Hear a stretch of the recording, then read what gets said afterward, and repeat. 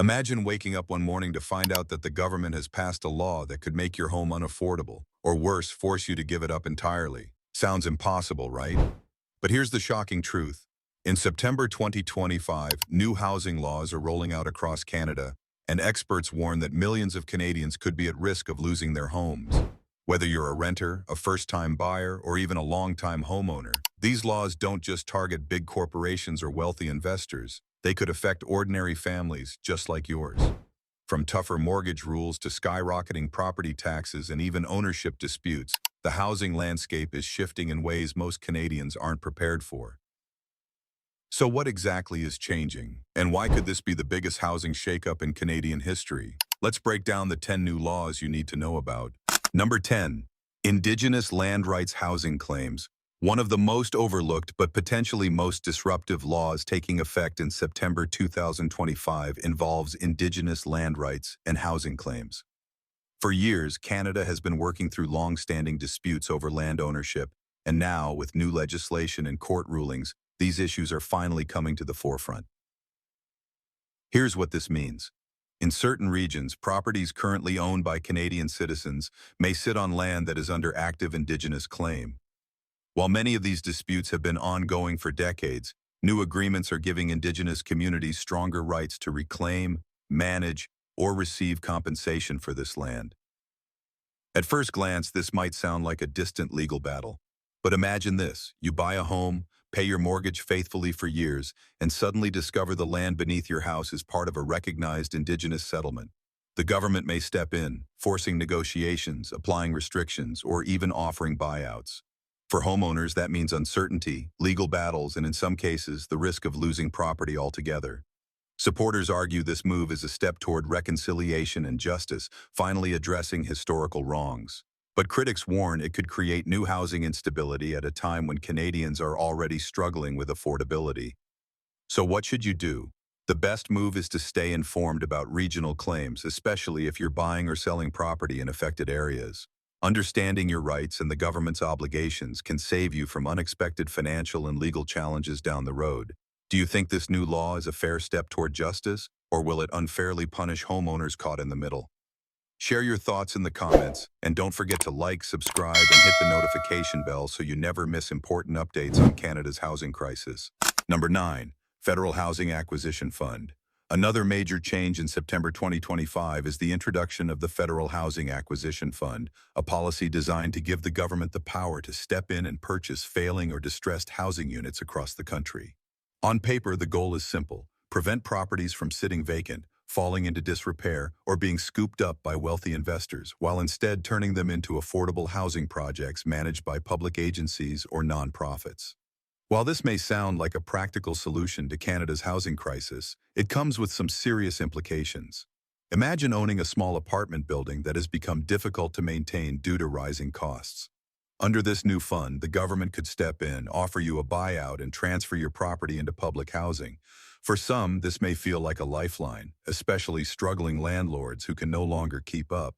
But for others, it raises questions about property rights, fair compensation, and the growing role of government in private markets. Critics argue that by allowing the federal government to acquire housing at scale, this law could discourage private investment and shrink the rental market further. If landlords and investors fear they might lose control of their assets, fewer may be willing to build or maintain rental housing. On the other hand, advocates claim it's a bold and necessary step to ensure ordinary Canadians have access to safe and affordable homes, particularly in cities where real estate prices have spiraled beyond reach. The reality is that this law could reshape the balance between public and private housing in Canada. Whether that results in stability or deeper uncertainty will depend on how fairly and transparently the program is carried out, and how willing Canadians are to accept government ownership as part of the housing solution. Number 8. Eviction Law Overhaul.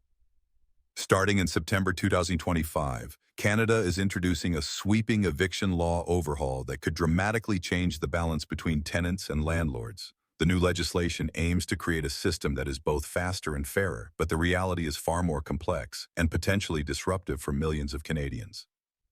One of the biggest changes is the streamlined eviction process. Landlords will now have quicker access to legal tools for removing tenants who fail to pay rent, damage property, or break lease terms. This is meant to reduce the long delays landlords face in court, where cases can drag on for months while bills and mortgages pile up. For property owners, this could feel like long-awaited relief. At the same time, the overhaul introduces stronger protections for renters, especially against bad faith evictions. Under the new rules, landlords who falsely claim they need a unit for personal use or who try to push tenants out just to raise rent could face heavy fines and be forced to reinstate tenants. Renters will also have greater access to legal aid and extended timelines in certain cases, making the system more balanced in theory. However, this dual approach creates tension. For landlords, the fear is that stricter penalties and extra oversight could discourage investment in rental housing altogether. For tenants, the concern is that faster eviction procedures could leave vulnerable families with less time to find new homes, especially in markets where rental supply is already scarce. The law reflects Canada's struggle to strike a fair middle ground in a worsening housing crisis, ensuring landlords aren't left powerless while protecting renters from exploitation. Yet, as these rules roll out, the real test will be whether they create greater stability or simply add another layer of stress to an already fragile housing system. Number 7. Zoning reform, density push. One of the most controversial changes in September 2025 is the nationwide push for zoning reform and increased housing density. For decades, many Canadian cities have operated under strict zoning laws that limited construction in residential neighborhoods to mostly single-family homes. This kept communities quiet and predictable, but also contributed to soaring housing costs, as demand far outpaced supply. The new law forces municipalities to open up more land for high-density development. Think duplexes, triplexes, mid-rise apartments, and even high-rise towers in areas that were once exclusively suburban. The goal is clear: increase the housing supply quickly and make it easier for more Canadians to find affordable places to live. While advocates argue this is the only way to tackle the housing shortage, not everyone is happy. Homeowners in traditionally low-density neighborhoods worry about losing their community's character. Imagine living on a calm street lined with bungalows, only to see a multi-unit building constructed next door. Concerns about parking, traffic, and overcrowded schools quickly follow. Developers, on the other hand, see opportunity. The ability to build more units on the same land could make projects more profitable, potentially drawing more investment into the housing market. However, critics warn that without proper infrastructure planning, like new transit routes, healthcare facilities, and green spaces, this sudden density surge could overwhelm communities. Another layer of tension lies in affordability. Just because zoning laws change doesn't guarantee the new housing will be affordable. In many cases, developers may still focus on higher-end units, leaving lower-income Canadians struggling to access the promised benefits. This zoning reform is being framed as a bold solution to Canada's housing crisis, but its impact will depend on how cities adapt. For some, it could mean much-needed housing relief. For others, it could mean watching their neighborhood transform almost overnight. Number 6. Property tax hikes for multi-homeowners. Another major shift in September 2025 is the introduction of property tax hikes targeting Canadians who own multiple homes. The idea behind this law is to discourage speculation in the housing market, where wealthy investors and even smaller landlords purchase several properties, leaving fewer homes available for ordinary families. The new tax framework adds a steep surcharge on secondary and tertiary properties. For example, a family with a vacation cottage or a retiree who owns a small rental unit may now face thousands of dollars in extra annual taxes. The government argues this will free up more housing for first-time buyers by pressuring multi-homeowners to sell. Supporters believe this policy could cool the market, reduce competition, and bring prices down. By making it more expensive to hoard properties, the system is designed to level the playing field for young Canadians who are currently locked out of homeownership. But the law isn't without controversy. Small landlords, many of whom rely on rental income to cover retirement or support their families, say they are being unfairly lumped in with large-scale real estate investors. Imagine a retired couple who purchased an extra condo decades ago as a form of savings. Now, with property tax surcharges eating into their limited income, they may be forced to sell or drastically raise rent on their tenants. There's also a risk of unintended consequences. If too many landlords sell, rental supply could shrink even further, driving up rents for tenants. And if they choose to pass the new costs down to renters, affordability may worsen rather than improve. Ultimately, this law reflects Canada's struggle to strike a balance, punish speculation without punishing ordinary Canadians. Whether it succeeds will depend on how the rules are enforced and how smaller property owners adapt to the new financial burden. Number 5. Carbon emissions energy efficiency rules. Another sweeping change coming in September 2025 is the rollout of strict carbon emissions and energy efficiency rules for Canadian homes. This law is part of the federal government's push toward meeting climate targets, but it could also create a financial shock for millions of homeowners. Under the new regulations, all homes will need to meet higher energy efficiency standards. That means mandatory upgrades like improved insulation, modern heating and cooling systems, energy-efficient windows, and in some cases, even a switch away from natural gas to electric alternatives. Older homes, especially those built before the 1990s, are most at risk of failing to meet the requirements. The catch is the cost. Renovations could run into tens of thousands of dollars, a bill that many Canadians are simply not prepared for. While some subsidies and rebates will be offered, critics argue that government assistance won't come close to covering the full cost of upgrades. For families already stretched thin by rising food, rent, and mortgage costs, this could feel like the final straw. Supporters of the law insist the long-term savings will outweigh the upfront expense.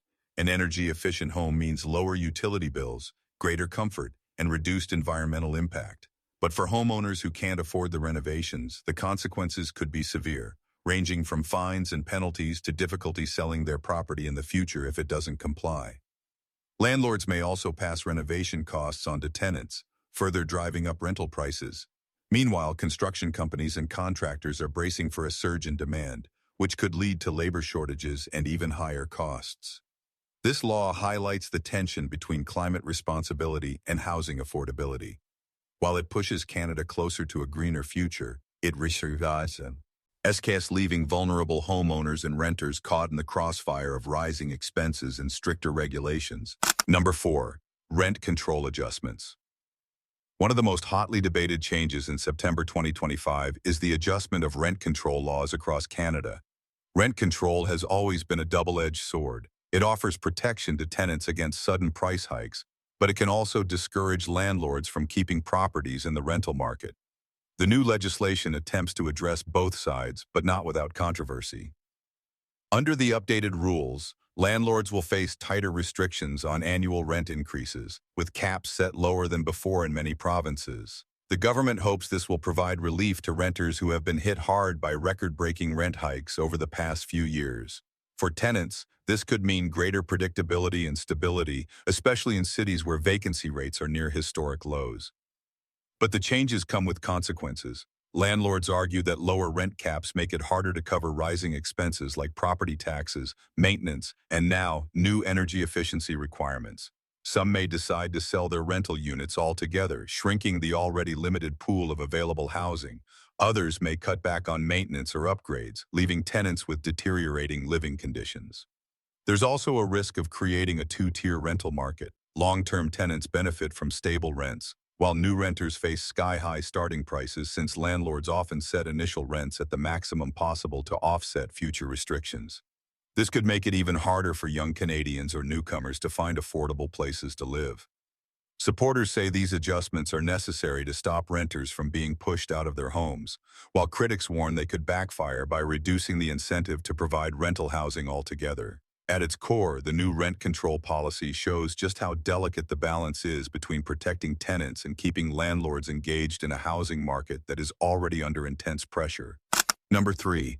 Mortgage stress test reform. Another major policy shift in September 2025 is the reform of the mortgage stress test, a tool originally designed to make sure Canadians could handle rising interest rates before qualifying for a loan. While it was intended to protect borrowers from financial collapse, the new changes could make it even harder for many Canadians to qualify for a mortgage at all. The updated rules will require homebuyers to prove they can afford payments at an interest rate even higher than before, often 2 to 3 percentage points above their actual contract rate. For example, a family approved for a 5.5% mortgage will now need to demonstrate they can afford payments at nearly 8% or higher. For middle-class households earning between $70,000 and $100,000 annually, this could mean losing access to hundreds of thousands of dollars in borrowing power. Supporters argue that this reform is necessary after years of economic turbulence. With inflation, rate hikes, and global uncertainty, regulators want to make sure Canadians don't take on mortgages they won't be able to sustain if conditions worsen. In theory, this could prevent a wave of defaults and protect the banking system. But critics say it's shutting ordinary Canadians out of the housing market altogether. First-time buyers already facing record-high home prices will be hit hardest, as many will simply no longer qualify for the homes they could afford just months ago. Instead, they may be pushed back into the rental market, adding pressure to a system already in crisis. This reform also creates a widening gap between wealthier buyers who can meet the tougher requirements and everyday families struggling to get a foothold. While the intention is to create stability, the immediate effect may be locking thousands of Canadians out of homeownership and leaving them with fewer options in an already competitive market. Number 2, foreign buyer ban extension. In September 2025, Canada is extending and tightening its foreign buyer ban, a law originally introduced to cool the housing market by restricting non-residents from purchasing residential properties. The idea is that by keeping foreign money out of Canadian real estate, more homes will be available and affordable for citizens and permanent residents. On the surface, it sounds like a logical solution to an overheated market, but the impacts are more complicated than they appear. Under the new extension, the ban not only continues but also closes loopholes that previously allowed some foreign corporations and buyers to invest indirectly. Certain exemptions, such as purchases made for development or through partnerships, will now face tougher scrutiny.